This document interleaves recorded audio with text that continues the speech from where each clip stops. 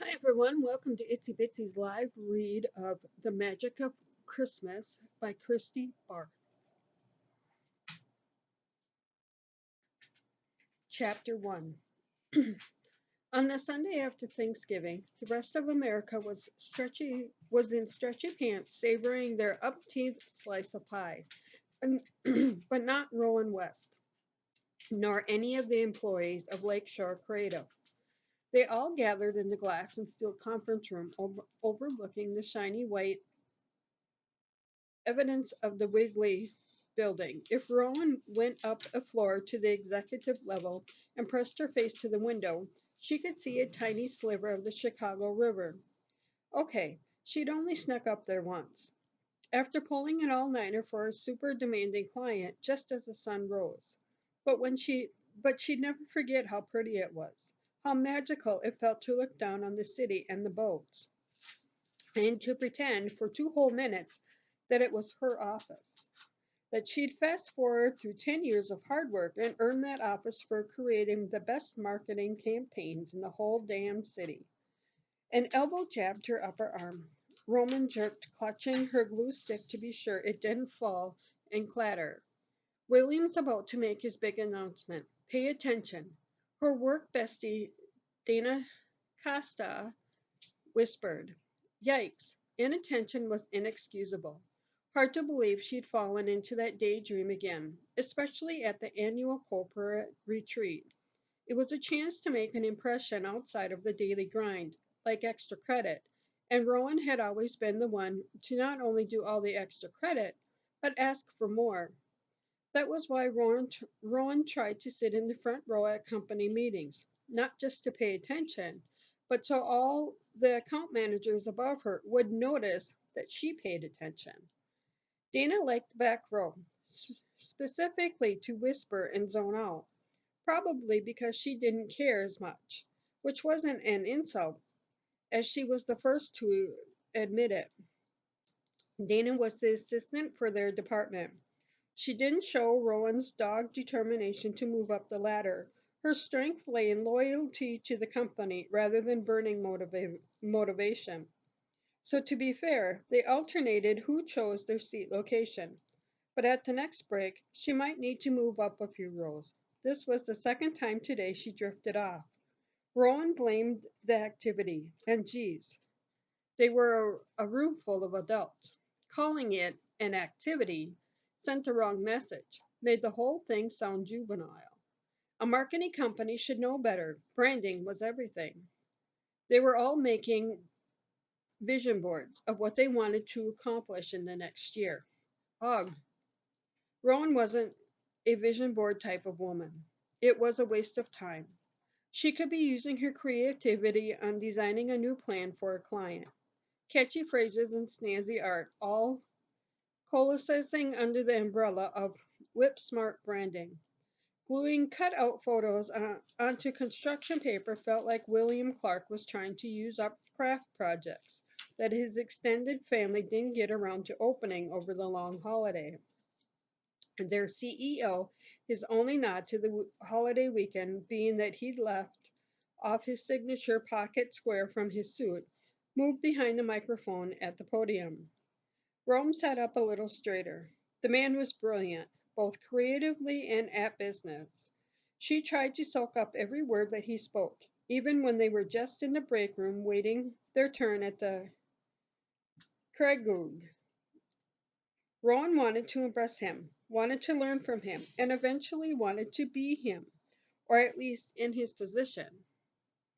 He shot his cuffs, the monogrammed silver cuff links winking under the pin lights.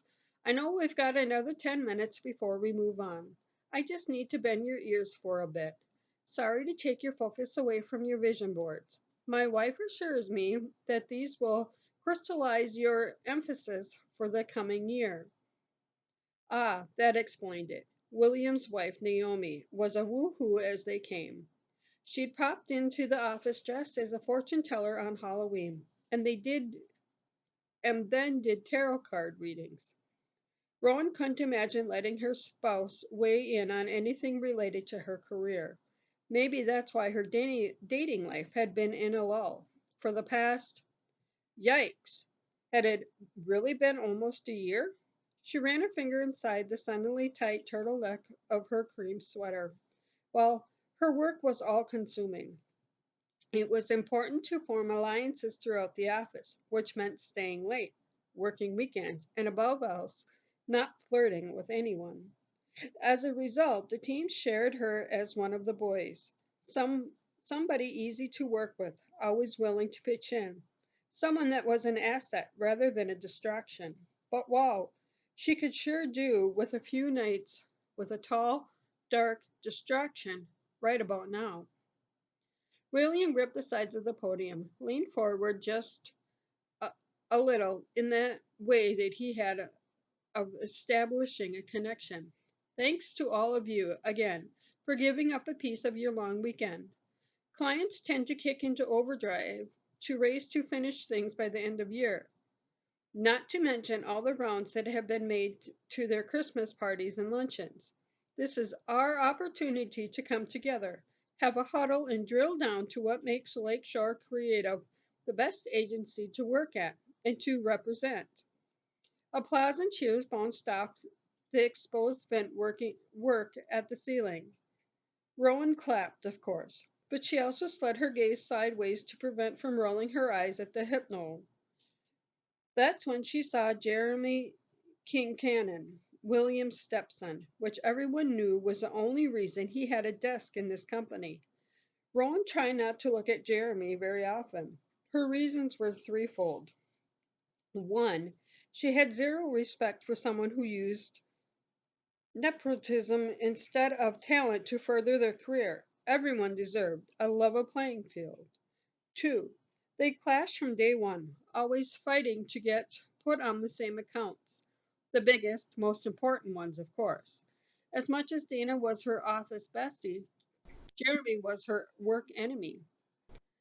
The man was, well, gorgeous. Feathered black hair, just a little too long, that always looked like a beach wind that had combed it. Eyes, the stunning deep brown of doppio americano. Eyebrows with a permanent quink up in the middle that gave him a mischievous look. A dimple in his left cheek, for crying out loud, an easy smile that popped it constantly. Jeremy was rolling his eyes, not even bothering to hide it. Thanks to the way he'd propped his jaw sideways on his fist, Rowan got the full view. How could he? Yes, the Achilles heels her hero worship for William were his over the top, raw bounding speeches. He way overdid them, constantly. Not every campaign was the best ever created. It actually weakened his praise, because you never fully believed it. Despite that one flaw, Roman still thought him brilliant. He just took these speeches with a grain of salt and counted the seconds until they were over. But Jeremy shouldn't. He should have double the respect for the man as both a boss and father figure, not to mention that he should be bending over backward to toe the line since William gave him his job. This spot in a company that so many other talented creative competed for and were denied. Stop it, she ordered in a pointed whisper. Rowan even waved her fuzzy white pipe cleaner at him for emphasis. Goodness knows, she wasn't using it for anything else, like the vision board. Were what were pipe cleaners supposed to symbolize for their coming year?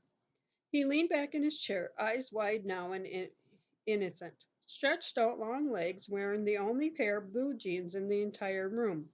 Stop what? Like he didn't know. Oh, the man infuriated her. Basically, every time he opened his mouth. Not paying attention, being disrespectful to our boss. You're the one who started talking to me. Whose fault is that? No, nope. Jeremy had started all this, not her. Please. I saw your eye roll. It was obvious as the neon marquee at the Bigograph Theater. You saw it? Jeremy jerked his chin toward the front of the room. He didn't. Oh, well, he had a point, which set her teeth even more on edge. You should be more professional. Sure, I'll do that, he smirked at her, right after you loosen up. They weren't in a frat together. Did he expect her to lie about in yoga pants and offer him a jello shot every time William said they rocked? They were colleagues. Vision board aside, this company had high standards, was sought after by clients, and dreamed of by creatives. He might be Mr. Laidback, but the job demanded more, which was why Rowan gave it 110%, day in and day out. There was no loosening up. There was only and always being at the top of her game. This isn't a competition, Jeremy. Everything's a competition between us. Haven't you noticed? Oh, she noticed. Somehow they leaned toward each other. Her pith remonstration had turned into a full-blown conversation. Now Rowan's hand gripped the arm of his chair. Jeremy's hand was slapped flat across her vision board, probably for the best that her attempt at putting her feelings to paper were no longer visible. This time, Dana didn't bother with a discreet elbow. She full on kicked Rowan. Will you two keep it down? He's announcing the finalists. Rowan jerked her hand back into her lap, sat up as if the zipper had pulled her spine erect, fixed her gaze on William. She'd almost missed it. Because of Jeremy. Unbelievable. For a terrifying second, Rowan wondered what else she'd missed. She'd just have to get Dana to fill her in later. As you know, it is time to announce the finalists for the account manager position. Every year, we settle this by giving them the same assignment and seeing who delivers more of the wow factor. We've got a fun twist to it this year. Rowan bit her lip back. Back in school, teachers always called pop quizzes and a fun twist. Her doctor called the unexpected tennis booster a fun twist. In her experience, those words were linguistic bait and switch. Not that it would matter unless she was a finalist, which was only what she worked so hard, slogged so endlessly toward the last 2 years. It was time. She was ready. And if Jeremy beat her out of one of those spots, she was ready, almost to walk away. Any company that rewarded nepotism over diligence and had dedication, well, it wasn't the right one for her. Besides, he didn't need the money. He didn't just have the proverbial silver spoon, he had the entire 8-piece silver set. Rowan, however, very much needed the pay bump. She needed the extra funds to help pay her sister's way through college. Scholarships didn't come close to covering everything, and her mom had worked for so many years to give them what she could. Rowan had vowed to help with Aspen's cost to lift some of the burden. So Rowan hoped that William and the team of directors had chosen wisely. We've got a new client, Holiday Land Adventure Park and Resort. Anyone ever been there? William paused, but there wasn't even a stir of murmurs. Anyone ever heard of it? Again, nothing but silence in the soft whir of the forced heat coming out of the ducts. You see the problem. This time, when William paused, the whole room chuckled. Rowan typed the name into the notepad on her phone to look up after the meeting. Even if she wasn't a finalist, they might need additional team support.